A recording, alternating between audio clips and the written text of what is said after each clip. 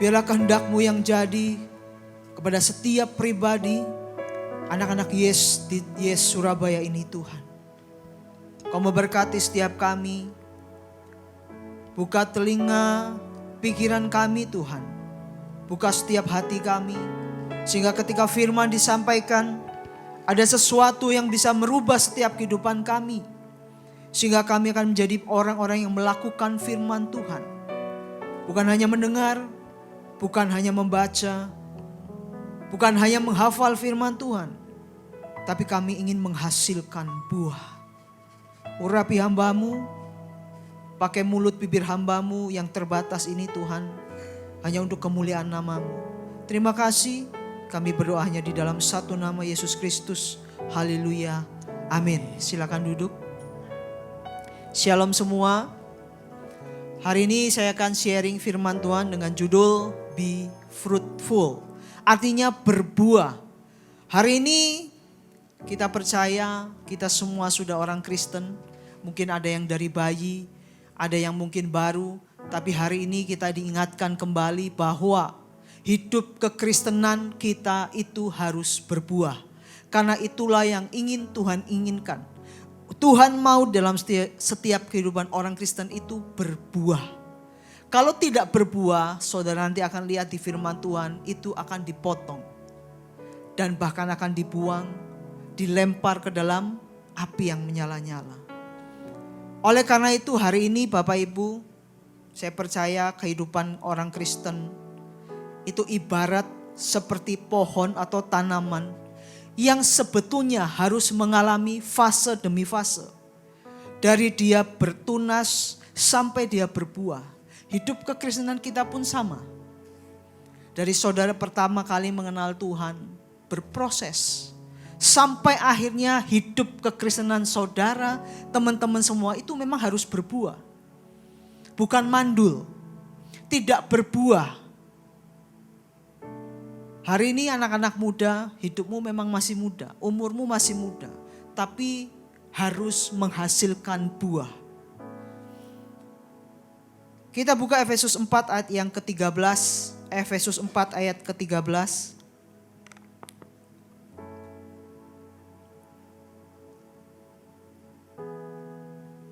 Sampai kita semua telah mencapai kesatuan iman dan pengetahuan yang benar tentang anak Allah, kedewasaan penuh dan tingkat pertumbuhan yang sesuai dengan kepenuhan Kristus. Artinya hidup Kristen adalah hidup yang terus berproses, dinamis, bergerak maju, aktif, tidak statis. Sampai kapan? Sampai kita menutup mata. Sampai rohani saudara itu dewasa. Hari ini coba cek, apakah rohani kita ini masih kanak-kanak? Atau bahkan kita sudah dewasa? Kalau hari ini kita gampang tersinggung, hari ini kita gampang emosi, berarti saudara masih kanak-kanak. Saya tahu jiwa anak muda pasti emosinya tinggi, nafsunya tinggi. Kalau bilang nafsu jangan negatif, nafsu itu bisa emosi. Tapi hari ini kita sudah gak boleh. Karena hidup kita ini memang harus berproses. Mungkin yang dulunya emosi, dulunya yang mungkin nafsu, dulunya yang suka ngomongin orang, menjelekkan orang. Hari ini sudah enggak. Karena hidupmu memang harus berbuah. Tidak ada kata gak bisa.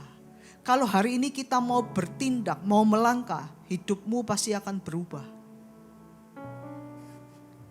Kita tahu bahwa tanaman atau pohon yang tidak pernah menghasilkan buah, pasti dia enggak dewasa. Tapi kalau buah tanaman itu dewasa, pasti menghasilkan buah. Hidupmu sama. Kalau hidup kita masih kanak-kanak, tidak akan yang namanya menghasilkan buah. Saudara umur berapa? Hari ini mungkin paling tua itu 30 tahun. Paling tua saya. Tapi harus menghasilkan buah. Karena firman Tuhan di dalam Ibrani 5 ayat 12-14. Ibrani 5 ayat 12-14 ngomong seperti ini. Sebab sekalipun kamu ditinjau dari sudut waktu, sudah seharusnya kamu menjadi pengajar. Saudara umur 30, 35. Nggak ada lah yang 40. Mukanya muda semua. Termasuk saya. Sebab dari sudut waktu kamu harusnya menjadi pengajar. Kamu sebetulnya harus sudah dewasa, bukan seperti anak-anak. Kamu masih perlu lagi diajarkan asas-asas pokok dari penyataan Allah. Dan kamu masih memerlukan susu, bukan makanan keras. Kalau saudara hari ini suka minum susu, makanya saudara tidak pernah menghasilkan buah. Saudara hari ini coba saudara minum susu terus, badanmu enak gak? Punya tenaga? Ya jelas enggak. Tapi hari ini ketika saudara memerlukan makanan keras, hidupmu pasti semangat. Kalau kita masih kanak-kanak ya sudahlah, enggak ada buahnya. Karena berbuah itu bertanda bahwa kekristenan kita hidup dan bertumbuh dewasa. Saudara, saya suka ibaratkan dua anak yang sama-sama.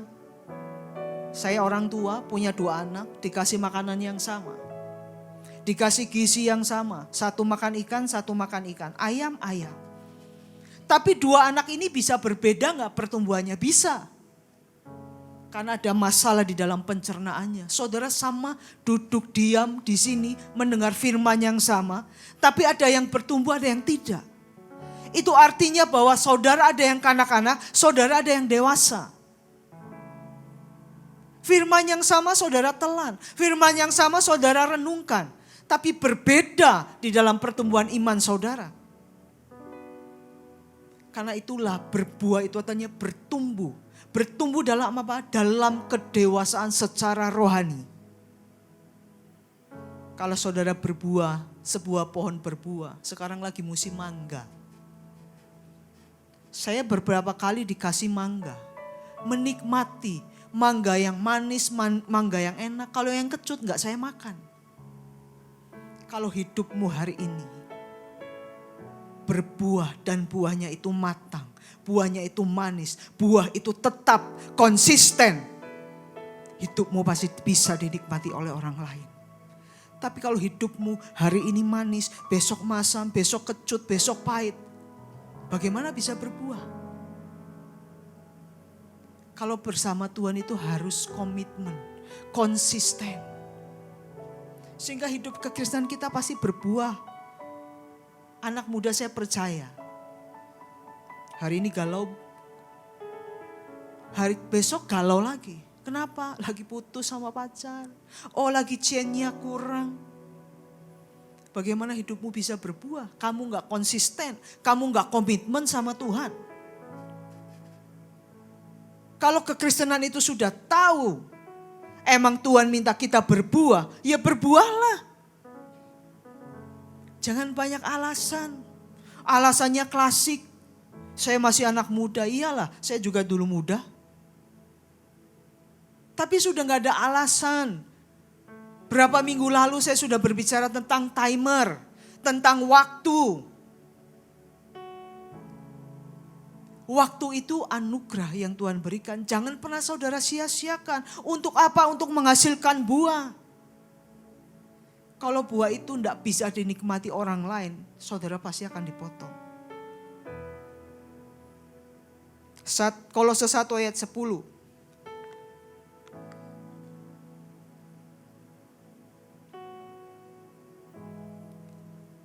Sehingga hidupmu layak di hadapannya, serta berkenan kepadanya dalam segala hal. Dan kamu akan memberi buah dalam segala pekerjaan yang baik, dan bertumbuh dalam pengetahuan yang benar tentang Allah.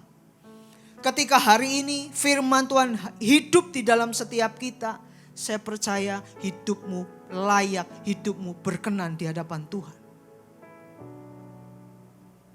Kita sering diingatkan bahwa kehidupan kekristenan itu harus berbuah. Saudara mungkin ayat ini saudara sudah sering dengar. Tapi buah yang dikehendaki Tuhan untuk kita menghasilkan buah bukan hanya sekedar saudara membawa teman ke gereja. Bukan hanya sekedar untuk menjadi anggota gereja. Yang terutama adalah bagaimana membuat orang lain terpengaruh, tergiring untuk memiliki karakter Kristus. Itu yang penting. Oh baik, saudara bisa menjangkau jiwa dibawa ke gereja untuk menjadi anggota gereja. Tapi kalau hidupmu sendiri menjadi batu sandungan, apakah itu menghasilkan buah? Enggak. Hidup kita ini harus menjadi teladan Bapak Ibu. Anak muda. Hidup kita ini harus berbeda. Kita anak muda yang penuh dengan apa? Firman Tuhan yang harus dikasih kepada orang-orang di sekitar kita.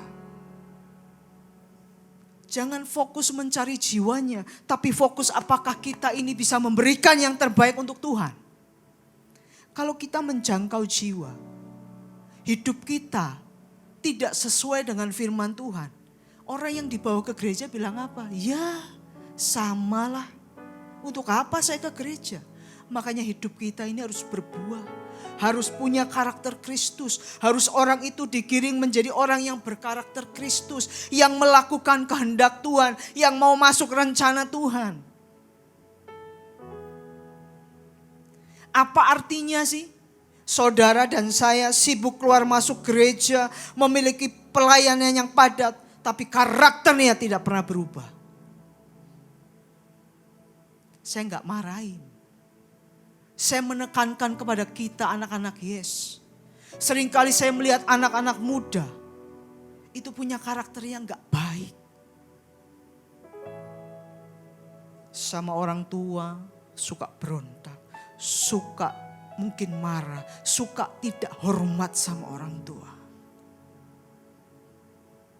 Ngomong di gereja padahal pelayanan kelihatannya super padat. Omongannya itu bisa membuat orang sakit hati. Gampang sekali tersinggung di dalam gereja. Iri hati, satu diangkat naik jabatan, yang satu enggak iri. Apakah itu berbuah? Jelas tidak. Kalau hari ini kita mau berbuah, lakukan firman Tuhan. Sudahlah, enggak usah banyak alasan teman-teman semua. Sisa waktu yang ada, pergunakan dengan baik. Sebuah pelayanan yang benar-benar berdampak dan dapat diteladani orang lain jika para pelayan Tuhan memiliki karakter seperti Tuhan. Bukan khotbah yang keras. Khotbah keras pendetanya. Tapi kalau pendetanya karakternya enggak baik, saudara percaya enggak? Pasti enggak percaya. Tapi kalau hari ini saudara semua yang ada di tempat ini memiliki karakter Kristus, luar biasa gereja kita. Saudara malu di gereja kita bilang karakter Kristus. Saudara di luar bukan karakter Kristus. Malu enggak? Saudara, gereja BES ini adalah gereja dengan apa? Ada pilar satu, mega project karakter Kristus. Tapi hidup kita tidak mencerminkan itu. Malu. Saudara suatu saat ketemu orang. Oh gereja BES karakter Kristus. Apa yang karakter Kristus, Bu? Lihat itu anak-anak mudanya. Malu gak? Tapi coba ketika hidupmu di luar sana mengadopsi karakter Kristus. Karakter Kristus itu dijadikan habit untuk kita. Di luar sana bilang luar biasa. Pantesan gereja BES anak-anak mudanya sudah diajarkan karakter Kristus sudah bertahun-tahun. Jangan bertahun-tahun saudara menempati bangku, memanasi bangku. Jangan bangga. Tapi banggalah ketika engkau yang ada di sini memiliki karakter Kristus. Banggalah ketika saudara dan saya melakukan kehendak Tuhan. Jangan bangga saya sudah melayani Tuhan. Oh saya diangkat menjadi wakil. Oh saya menjadi koordinator. Jangan bangga. Bangga ketika saudara sudah bisa menghasilkan buah.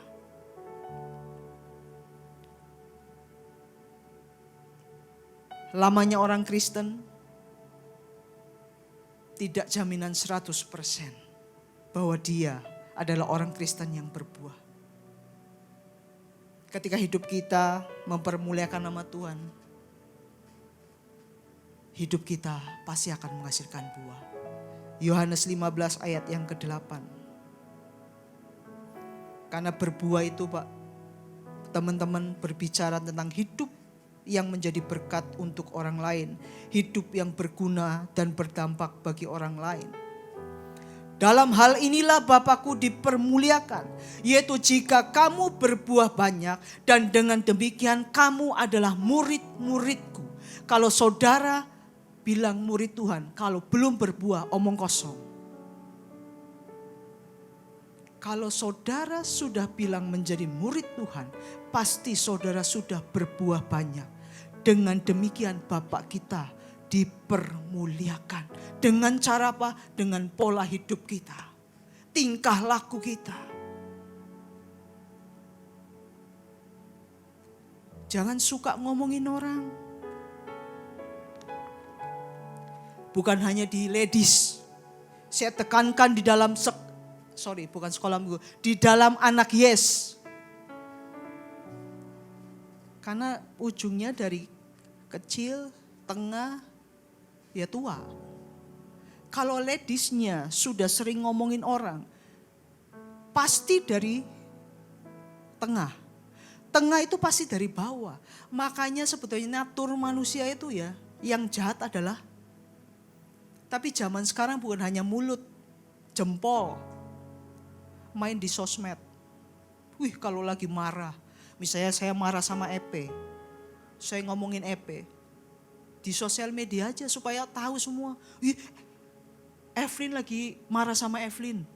Double Evelyn. Karena jempol aja ini sekarang, zaman sekarang luar biasa loh. Di situ bilang berbuah, aduh enggak usah ngomong. Kita ini teman-teman yuk, dari setiap anak muda, sudahlah enggak usah ngurusin orang. Ngurusin diri sendiri. Cross check diri sendiri, berbuah enggak ya aku? Aku berbuah enggak usah ngurusin orang lain. Orang lain enggak berubah, kita boleh ngomongin.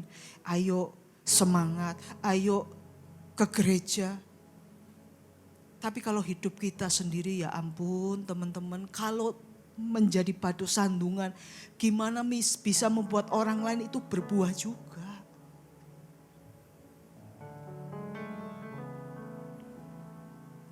Matius 3 ayat 10.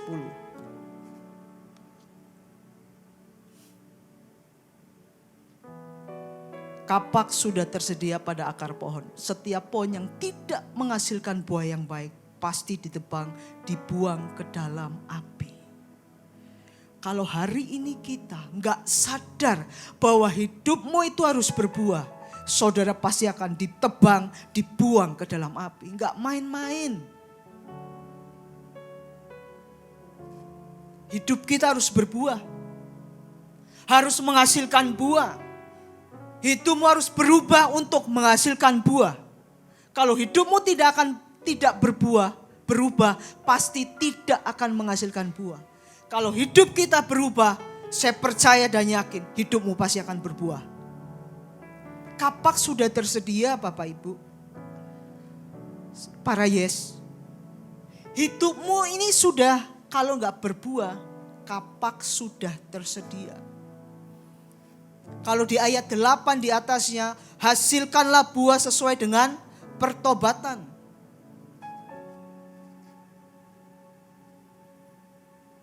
Hidupmu harus penuh dengan ketaatan. Kalau saudara taat hari ini dengan firman Tuhan, saudara sudah dapat firman Tuhan, renungkan dan lakukan. Waktu kita melakukan, saudara yakin pasti menghasilkan buah kok. Waktu pohon ditanam, saudara kasih pupuk yang baik, disiramin supaya apa? Saudara sendiri ingin pohon itu menghasilkan buah. Buah itu bisa kita nikmati, bisa kita dikasih ke orang lain. Supaya orang lain juga tahu bahwa ada pohon yang berbuah lebat, ada pohon yang manis.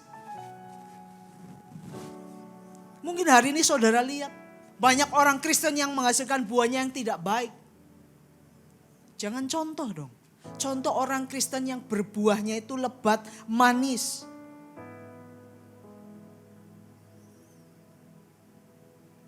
Saudara sudah diberi kesempatan. Kalau hari ini kau gak berbuah, sudah dikasih kesempatan. Saudara, tidak pernah kita tahu kapan kita dipanggil Tuhan. Kalau hari ini kau gak sadar, gak pernah mau melangkah untuk berbuah, telat nanti. Kita lihat di dalam Lukas 13 ayat 6 sampai 9. Lukas 13 ayat 6 sampai 9.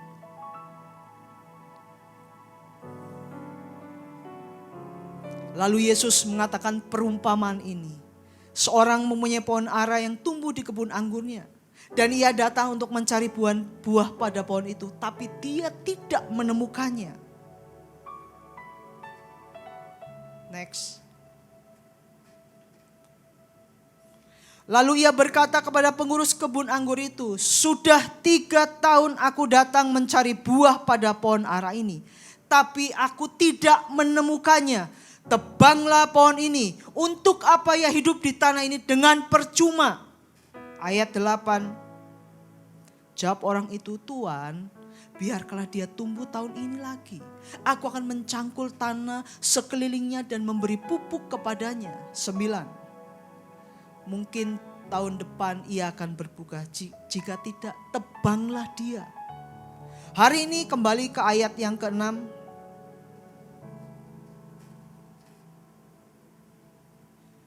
Seorang mempunyai pohon ara, dia datang mencari buah pada pohon itu, tapi dia tidak menemukan. Suatu kali engkau dipanggil Tuhan. Dia tanya, buahmu mana? Dan Tuhan tidak menemukan. Ayat ke-7. Tebanglah pohon ini.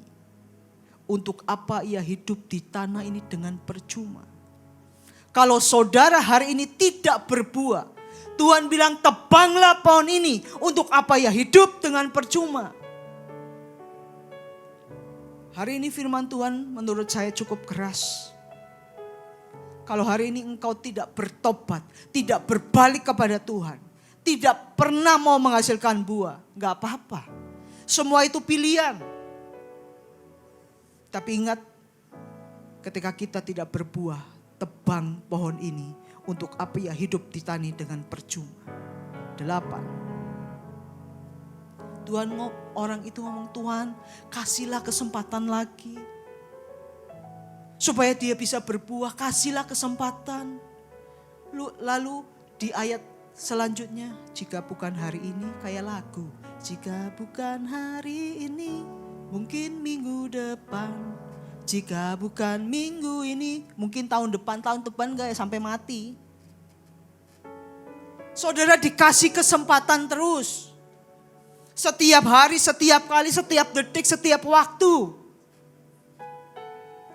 Tapi saudara tidak mau punya langkah bahwa kita harus berubah. Kalau kita punya komitmen, konsisten di dalam rohani kita pasti mau melangkah kok. Jadi gak ada alasan untuk tidak berbuah. Saudara harus berubah. Titik. Yohanes 15 ayat yang kedua.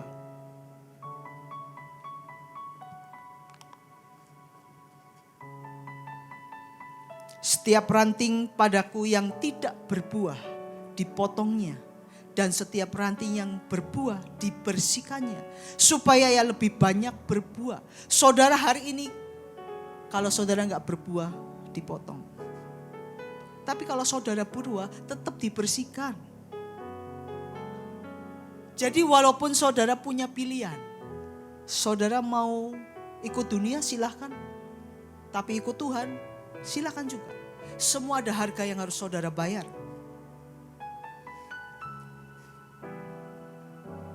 Seperti benih yang jatuh di pinggir jalan, benih itu dimakan burung, benih yang jatuh di tanah berbatu sampai ke tanah yang subur. Itu pilihan saudara kok. Saudara ini terima firman Tuhan hari ini. Saudara mau di tanah yang mana? Itu tergantung saudara. Tapi kalau kita mau hidup kita berbuah, pasti kita mau di tanah yang subur. Hati kita itu harus disirami terus, diberi pupuk terus. Supaya apa? Supaya hidup kita berbuah. Susah bu, sing ngomong gampang sopo. Yang bilang Kristen itu gampang siapa? Enggak ada. Tapi hari ini kita harus ngerti bahwa hidup kekristenan kita harus berbuah. Waktu kita dikasih buah mangga yang manis, pasti bilang, enak. Besok dikasih lagi dong. Coba kalau saudara dikasih buah yang asam, mau nggak? Nggak mau, kasih orang lain aja. Hidup kita, ayo berjuang, ayo berlomba. Untuk apa hidup kita berbuah? Waktu ini semakin dekat, anak-anak muda. Kita tidak pernah tahu kapan Tuhan datang. Nggak pernah tahu kita dipanggil Tuhan, nggak pernah tahu. Tapi kita ayo berjuang, maju terus melangkah. Supaya hidupmu punya roh yang menyala-nyala di dalam Tuhan. Hei anak muda, bangkit. Engkau harus bisa membawa api dimanapun engkau berada. Sehingga orang-orang lain bisa apa? Menghasilkan buah. Tapi kalau hidup kita nggak menghasilkan buah bagaimana? Jangan bilang saya anak Tuhan, tapi hidupmu masih begitu kok. Bagaimana kita bisa menjadi orang Kristen yang menghasilkan buah? Saya punya 2 poin. Yang pertama adalah kita harus mau dibersihkan. Yang kedua adalah kita harus mau tinggal di dalam Tuhan. Kita buka di dalam Yohanes 15 ayat 1 sampai 8. Yohanes 15 ayat 1 sampai 8.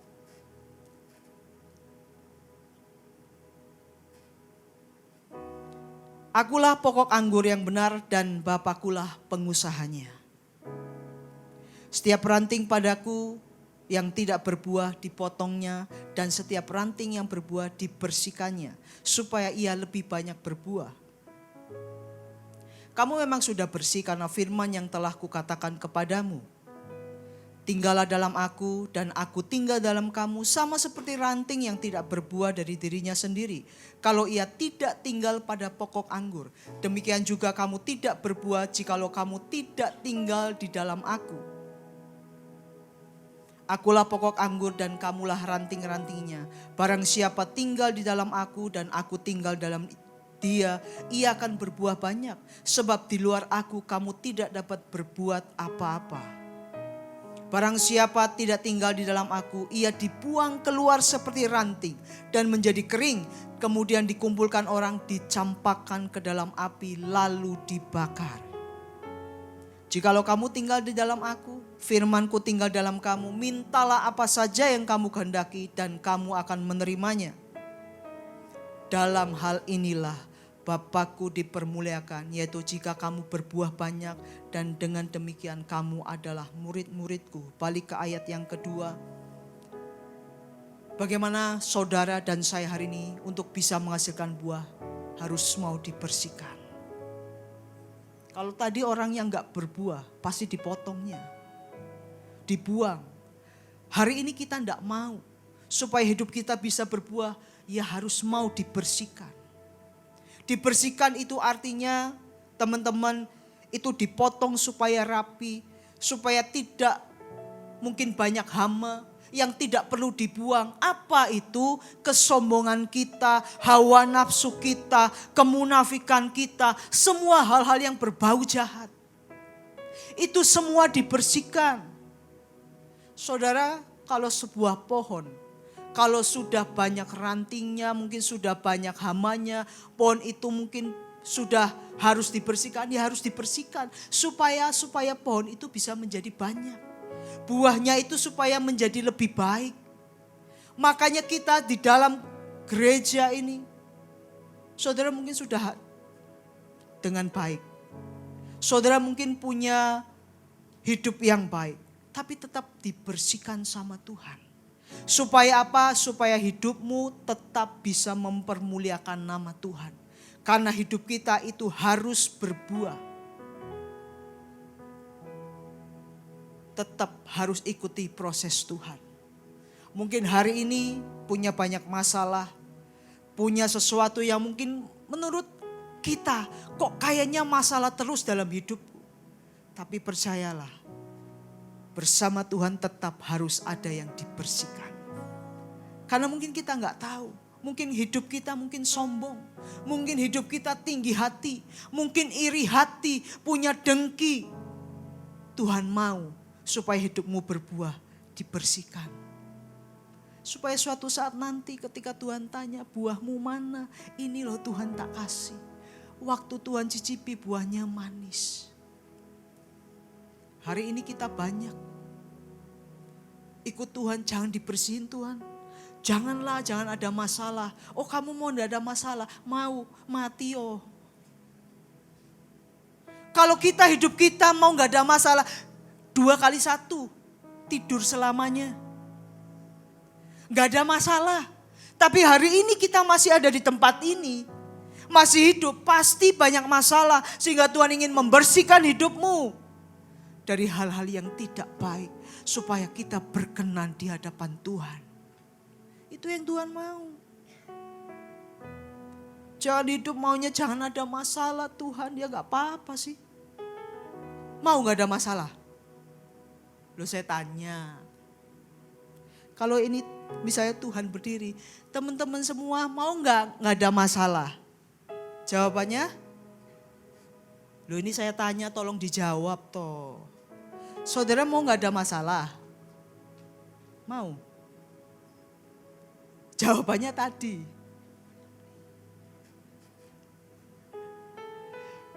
Mau Tuhan, kenapa? Ya hidupku sudah beginilah, banyak utang, tidak mungkin bayar, sudah 2 kali 1 ya gak apa-apa. Itu namanya hopeless. Ingat, ketika kita masih hidup, pasti ada masalah. Tapi itu jangan membuat saudara takut dan gentar. Karena Tuhan sudah memberikan kita jalan keluar. Tuhan akan memberikan kita pertolongan sesuai dengan rencana dan kehendaknya. Jadi ketika hari ini masih dibersihkan oleh Tuhan, gak apa-apa. Karena tujuannya adalah untuk mendisiplinkan kita, bukan maksud untuk menyakiti kita, tapi demi kebaikan kita, untuk kita bisa menjadi orang-orang Kristen yang dewasa rohani. Yang kedua, supaya kita bisa berbuah, kita harus tinggal di dalam Tuhan di ayat yang kelima.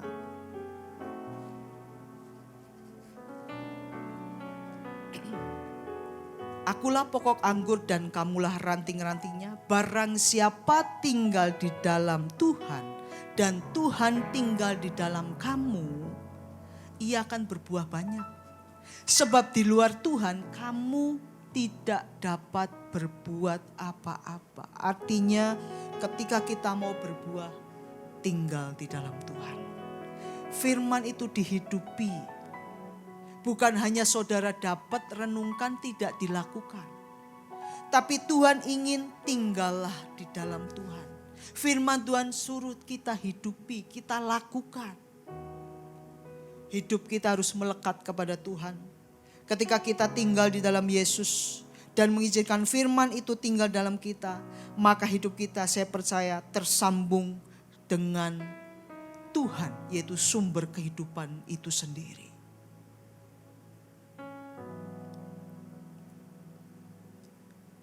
Karena kalau kita tidak mau dibersihkan, kita tidak tinggal di dalam Tuhan, di luar Tuhan, kita tidak dapat berbuat apa-apa.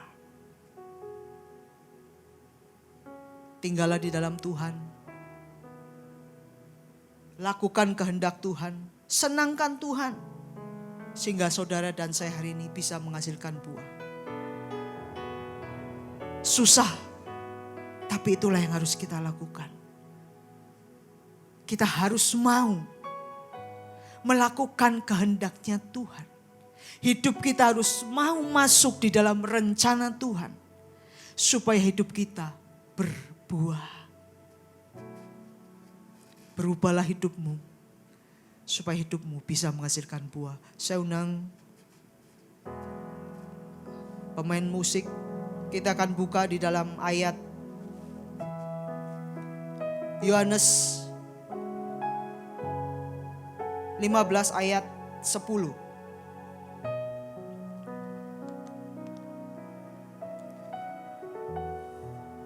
Jikalau kamu menuruti perintahku, dan kamu akan tinggal di dalam kasihku, seperti aku menuruti perintah Bapakku dan tinggal di dalam kasihnya. Ketaatan adalah tanda nyata bahwa kita benar-benar hidup dalam hubungan kita dengan Tuhan. Sehingga hidupmu akan dibentuk menjadi serupa dengan gambaran Tuhan. Sehingga hidup kita pasti akan berbuah. Banyak orang yang akan menikmati hidup kita.